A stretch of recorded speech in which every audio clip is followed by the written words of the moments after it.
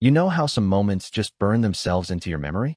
Well, mine involves an infant safety class, about 20 other expectant couples, and my husband making me want to crawl under the hospital chairs. We were at this prenatal class the other night. Pretty standard stuff at the hospital. Lots of pregnant couples, all quiet and attentive, taking in all the info about bringing a baby home. My husband, bless his heart, found it less engaging. From the start, he just couldn't resist. Little jokes, whispered comments to me. At first, it was subtle, but it kept going. I could tell the instructors were noticing, and I just felt so rude. I kept nudging him, whispering, please stop. Most of the material, to be fair, was stuff we already knew, like don't leave meds out, car seat safety, no blankets in the crib.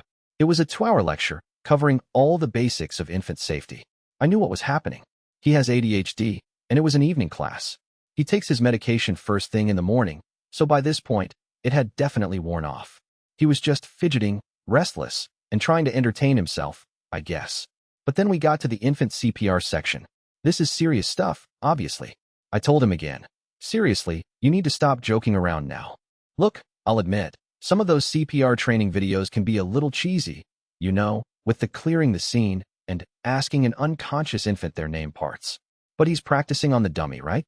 And out of nowhere, in our relatively quiet room full of expectant parents, he just shouts, loud enough for everyone to hear, call 911, mother asterisk asterisk asterisk R. I swear, my face went bright red. I was utterly mortified. It was the last 15 minutes of the entire 2-hour lecture, and he chose that moment to make a spectacle.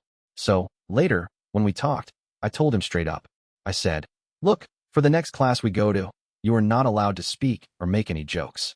If you have a question, you can write it down, and I'll look at it. We actually had a good chat about it. He admitted he wasn't prepared for 2 straight hours of lecture after a 9-hour workday, and he completely gets it. He said he'd prepare better next time. Maybe bring a pen and paper to doodle or a fidget toy to keep his hands busy. I felt like I had to put my foot down, especially after that. Was I out of line for setting that boundary? If you want to hear more wild stories like this one, hit that subscribe button.